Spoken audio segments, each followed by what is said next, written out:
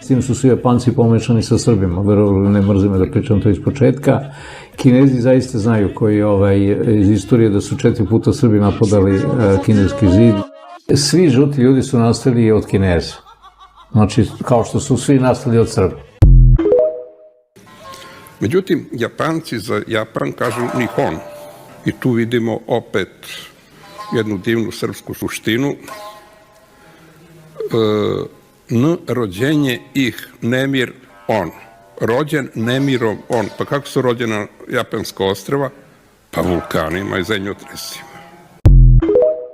Vreme da se otkrije istina i o legendarnom Džingis Kanu, koji se uopšte tako nije zvao i koji uopšte nije bio Mongol. Bio je Srbin, čuveni Damjan Timčak ili lažni Džingis Kan, imao je plave oči.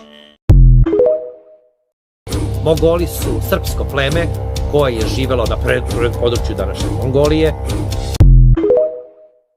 Naučnici smatraju da je Orion proizvodnja zvezde, znaš.